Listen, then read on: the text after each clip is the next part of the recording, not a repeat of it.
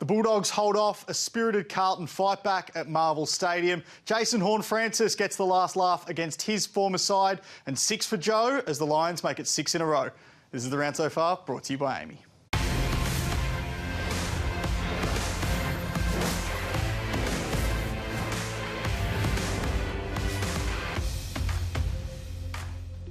This is The Round So Far, brought to you by AAMI. I'm Riley Beveridge. This is Kane Corns. Kane, we've got a massive round 9 to get through. 7 games have been played so far. Let's start at Marvel Stadium on Saturday night, where the Dogs made it 6 of their last 7, and the Blues now lost 4 of their last 5. Yeah, the Blues are in a bit of trouble. So here's the final siren moments. You see Marcus Bontempelli there. Thought the Western Bulldogs midfield really stood up, particularly in the last quarter when they were challenged. They got out to a 31-point lead during the third term. Blues responded hard. Pretty dour affair in the first half. Only 5 goals kicked in the entire first half. The Blues only got 1. We'll get to that first half shortly. But the Dogs, as you mentioned, they were 31 points up. Carlton kicked 6 straight goals to take the lead in the last quarter. And then the Dogs responded with 5 of the last 6 goals. So their ball movement was so dour and so slow, and their turnovers were costly again in the first half. But I thought the way they got themselves back into this game was more chaotic. It was more frenetic. They took a few more risks off half-back, and we're seeing this back and forth in the last quarter. It was goal for goal. In the end, the Western Bulldogs kicked 5 goals to 3 in this last term. And this goal from Libba, who had 13 clearances for Libba, was enormous. Off 1 step from 48, that was a big moment in the game. Then they got themselves going. Curnow had a moment here. That's just a great contested mark. Goes back and makes no mistake. Goal for goal, but in the end, the Western Bulldogs in the last 5 minutes. Arthur Jones here kicks a centre bounce goal, and Hugo Hagen will seal the deal for the Dogs, who are in really good form, as you said. 6 out of their last 7. And so I reckon Geelong and Melbourne and Collingwood and Brisbane have separated themselves. But there's no reason the Western Bulldogs shouldn't be in the premiership conversation with those 4 teams. I reckon tonight showed that they can join them at the top of the echelon of the ladder. You mentioned Carlton's dour first half. Have a look at this, Kane. They had 29 inside 50s to half-time and only 5 scores. They made the game a bit more chaotic in the second half. That's when things open up for them. But they're so slow off half-back in that first half. And what that does, it means your forwards have to come so high up the ground because they need the outlet kick. The ball gets stopped across half-back, so Mackay and Curnow have to present right up. The Western Bulldogs goes, oh, happy days. You can have the footy up there. We'll drop back with English and our interceptors behind. If I said to you, 29 inside 50s with Mackay and Curnow in the side, and they'd kick 1 goal, you would have laughed at me. So that's not talent, that's coaching, and I think Michael Voss's game plan, if it isn't already, will be questioned heavily this week. We wanted to put on the radar a couple of weeks ago Carlton's next 6 games. We'll keep you up to date with that now. 0-2 to start, with a game against the high-flying Collingwood at the MCG next Sunday, and then a Friday night clash against Sydney at the SCG, and then Melbourne and Essendon. It doesn't get any easier. No, it doesn't. So you think they probably get the Swans game there with the way that they're going, although that's not a given because it's the SCG and the Swans might get some players back by then, but that's a tough run. They don't have the class and quality through the midfield. There's a lot of balls in there, and Kennedy got a lot of the clearances tonight, and Cripps does his thing.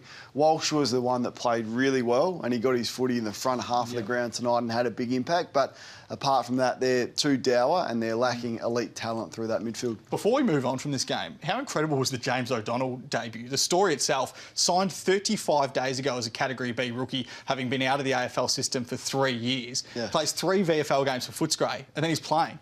I mean, Luke Beveridge has done some strange things from the selection table. This is the strangest of all. And he even sounded surprised himself when he was told the news. I think it was on Thursday. Played forward tonight, just the 5 touches, and was subbed out. But look forward to him having a big career because he's athletic and he's a really good size. Yeah, he is. Head to the Gabba now, where this was pretty close between Brisbane and Essendon right up till half-time. Then the Lions kicked 5 goals to 1 in the third quarter burst. Yeah, so this is where they broke it open. And, well, I feel like I say this every week. The amount of talent in this Brisbane Lions side, particularly in the forward half, is ridiculous. Now, they kicked 4 goals off Essendon's turnover in this period of play, and also their ability to score for the whole night off turnover was the difference in the game, and that talent in the front half of the game. Now, clearly, Essendon were missing a fair chunk of their defence as well, and the Brisbane Lions maximised that, and there was no bigger performer than Big Joe. And he is our Saturday star, Joe Daniher. 6 goals against his former side to go with 16 disposals and 9 marks. We've spoken about him a lot, and it's either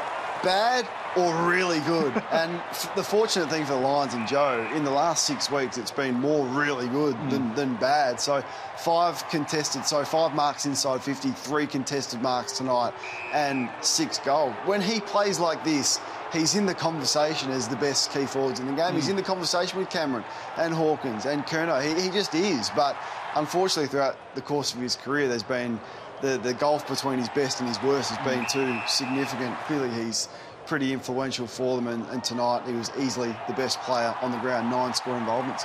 And you mentioned it before, it was a low-scoring opening to this game. He had all 4 of their first 4 goals. So he was the one that kept him in it when they were battling. Essendon lost 4 in a row now. Now, they made such a great start to the season. They've lost 4 in a row. And as we're seeing, the problems that have plagued them in the past, their backline and their inability to concede large scores, have been the difference in their losses. Yeah, so they're not defensively sound enough, and that's a work in progress for them. Now, they were always hesitant to lift the expectations. I think in gather round after they beat Melbourne, I was saying, time to talk yourself up a little bit more, but perhaps they knew the landscape of exactly where they are at, and a few injuries has exposed them behind the ball, and that defensively isn't in line with the good sides, and they're not good enough to play finals this year. We'll head to the SCG now, where Fremantle got a scalp over Sydney. It was their tall forwards that did the damage, with Josh Tracy, Luke Jackson and Jai Amiss. It was that, but it was back to their midfield real dominance as well, which is what they had last year. So what we are highlighting here is clearly Sydney have a lot of personnel issues behind the ball, with both McCartans and Rampy out, and Jackson was able to maximise that. His best game, he's had a really good last couple of weeks, Luke Jackson, so for him to go forward and kick 3. Darcy was a giant today. Like, Sean Darcy's performance was extraordinary. 18 disposals, 9 clearances, 44 hit-outs. Schultz kicked 4 goals, Jackson kicked 3, but Amiss is a good young player as well, which we're highlighting there. But the way that they were able to expose this side. So what we are highlighting here is Sydney's selected side for the grand final last year, and the players in red are the ones that are missing. And there's not a lot missing from the team, but the ones that are missing is the key defenders, so the McCartans, Rampy. We saw Mills get subbed out with a calf injury, and Loeb McDonald got injured as well. So they've just been exposed. But they've become far too easy to play against, the Swans, and they've lost their SCG advantage. They lost 3 games, Port Adelaide, GWS, and now Fremantle at home. They never used to lose at home. So you mentioned they've lost a couple of games at home. They're now 3-6 on the season. It becomes tough. It starts getting tough to make finals now. It does. You asked me this last week, and I said I've got too much faith in John Longmire to write them off, but it's getting to that point. I mean, Franklin had, I think it was 4 touches today. They're getting nothing out of him, and their defenders aren't there, and their midfield has lost their weakness. They used to be really difficult to play against, and they defended hard. They're too easy to score against. Plus 17 entries today for Fremantle, and plus 14 contested. When the Swans lose contested that badly, they lose. Buddy held goals for the first time in consecutive weeks for the first time now since 2013. We'll head to our AAMI clangers now. Who covers clangers? AAMI does. And Kane, you said there's cracks everywhere at the SCG. Have a look at this from Luke Jackson. He kicks the goal with his pants down. It's an unfortunate one for him. How is the composure? It's a nice goal as well. And he just whacks the Dax straight back up, no worries. Look at Wingard make everyone around him miss. So 1 miss, 2 miss, 3 miss. Most skillful player that I've ever played with, and he kicks it out on the full. Chad, you did all the hard work. You just had to do the easy bit. Now have a look at this. Ripped out, Terry Kipwood here rips out his GPS. Now you might not see it there, it's on the deck. We've seen this a couple of weeks because Jai Simpkin did it last week as well, didn't he? They're dangerous. A bit more deliberately. GPS. And this is unlucky timing for Luke Shuey. This is the only winner the West Coast have picked this year. It's the only winner they have picked this year. Luke Shuey, the captain, had a nice old dig around there.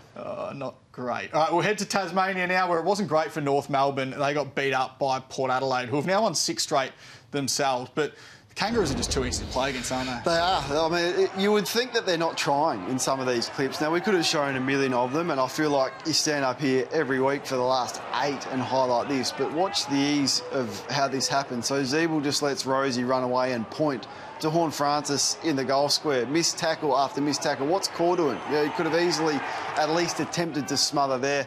There's Bergman across half-back, uncontested mark, dance around, missed tackle, pick one off through the middle of the ground. That goes down for a Finlayson point, transitioning the ball.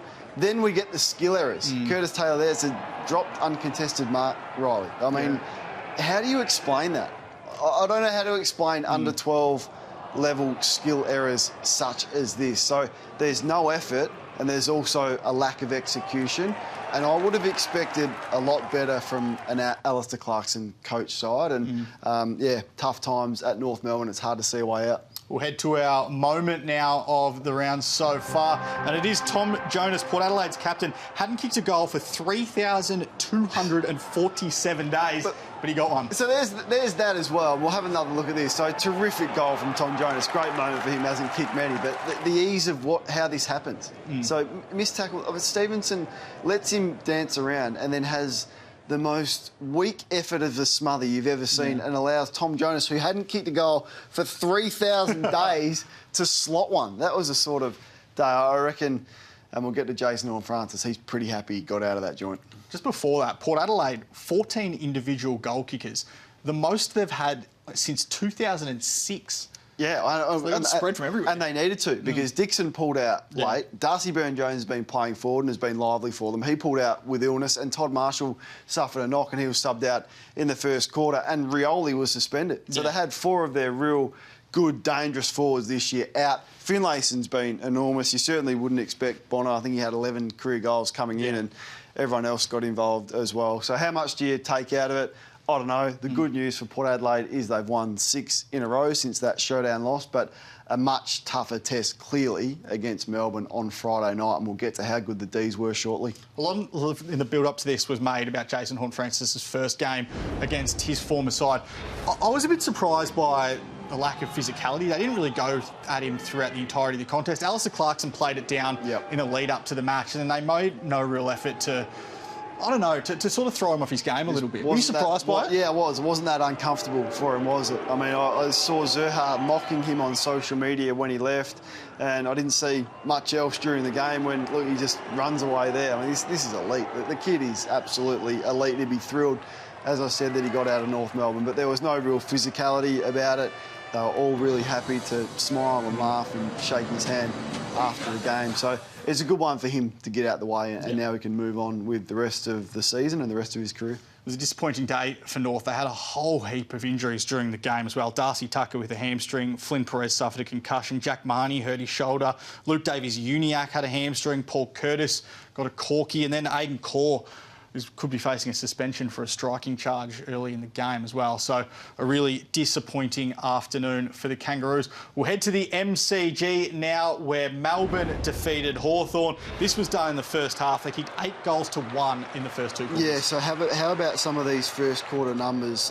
Plus 33 marks, 25 inside 50s, 14 contested possessions, and the inside 50s were 21-5 in the first quarter. 21 entries in the first quarter to Melbourne. But the thing that impresses me the most about Melbourne, and we'll get to Cozzy Pickett shortly, is their ferocity when the opposition have the ball, and their want and their desire, regardless of the scoreline, to get it back.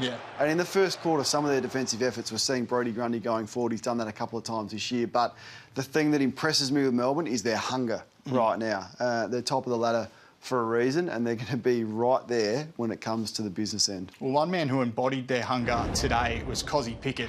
Didn't have the most prolific day on the scoreboard as we've seen throughout the season, but his physicality was immense throughout the entirety of the game. Yeah, so look at some of the work he does off the ball. As you said, didn't have a big night at all, Cozzy Pickett, but they reckon his GPS numbers are just through the roof. Some of his defensive action, he gets up the ground as that small forward and then resets as a forward and gets a match-up that he likes. But this is almost the chase-down tackle of the year. Motlop had a great one as well tonight for Carlton, but that's just great stuff that would be highlighted internally more so than externally. Now, Christian Petrarca was awesome. 30 disposals, 5 goal assists, which puts him in the top 15 of all time, but suffered this, it appeared to be a foot injury late in the match. Now, he was speaking after the game and said it was okay, but then as soon as that interview ended, he limped off and he didn't look too happy. So this is a watch ahead of next week. Yeah, it's a bit of a worry there. I mean, ankles are, they heal pretty well, and you can sort of strap them up or you can put some painkilling injections. So if it is an ankle, big game on Friday night, you'd think it'd be okay. But it is a bit of a worry. He won't train much this week, you wouldn't think, but I'll be surprised if he didn't get up. Just before we move on from that game, Hawthorn, 17 games fewer per player than North Melbourne today. I thought their effort in the second half just goes to show the direction that football club's on in comparison to North. I mean, they came back. They didn't win the second half, but they only lost it by a kick, and they had a lot of effort in that second half. There's a big issue in the competition right now, and that is the three bottom teams, West Coast, North and Hawthorn. West Coast and North are in a separate category to Hawthorn. Hawthorn have a game plan about them and they have a resilience. They don't have the talent and they don't have the skill level of the better teams in the competition or just the average teams, but there is an effort and a method. And if you're a Hawthorn fan, you can actually see which direction they are going in. The other two teams, North Melbourne and West Coast, are a lost cause. All right, we'll head to Friday night footy now, where Richmond got the job done over Geelong. And it was the veterans who stood up. Dusty kicked 4, Trent Cotchin kicked 3. Jack Riewoldt had an impact in the second half as well. Turned back the clock, didn't they? How about this Trent Cotchin? They said he was going to play forward in the pre-season. It lasted about 2 weeks, but he turned back the clock, and it's just so good to see Dustin Martin in full flight. He's been pretty good this year, to be fair. I mean, I reckon he's had a pretty good season. I guess the one blemish has been his inaccuracy, but he's struck them so well. That was at a critical moment, a couple of these goals where Geelong were trying to get themselves back in the game. Early in the last quarter, the margin hadn't got away from the Cats yet, but up bobs this man. So I just thought Geelong let Richmond off the hook early. They were so dominant around clearances. Their inaccuracy in front of goal cost them. But as Damien Hardwick said after the game, it was much more what a Richmond game he would like, with the way that they had it on their terms. Well, it looked like the Tigers of old in terms of their pressure as well. The examples we're about to show here is just rampant, one effort after another after another.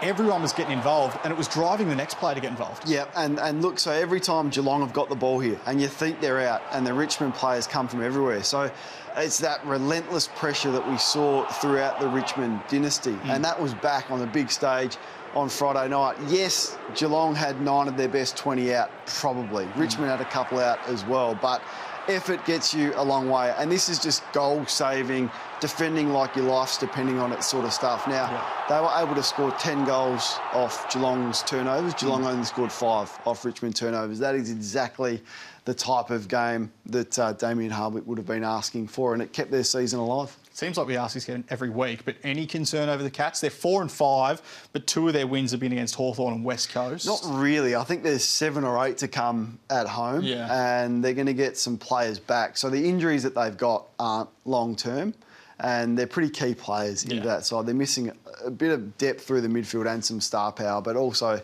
in their forward line as well, and a couple of key position players. So I still think they're one of the best 4 teams in the comp. Loved this moment after the game between Tom Hawkins and Jack Riewoldt.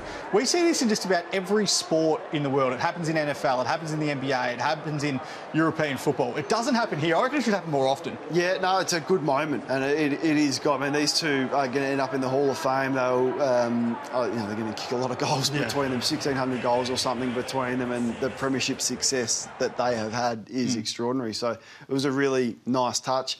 Reminded me of the time I asked for Ben Cousins' Guernsey in his last game, and he told me to get stuffed. He didn't tell me to get stuffed. He just said, no, I'm selling it at auction. You can't have it. I thought it was worth a try. All right, we'll head to Optus Stadium now, where Gold Coast got the points against West Coast. An 8-1 second quarter did the damage here. Well, once again, I mean, how much do you take out of a game against West Coast? It reminded me of an internal trial, some of this stuff. But the good news was this young generation, and I'm talking Rao, Anderson, King, and also Lukosius, had some moments where they actually linked up together from midfield to forward, and it was brilliant. Joel takes this mark. King kicked 4.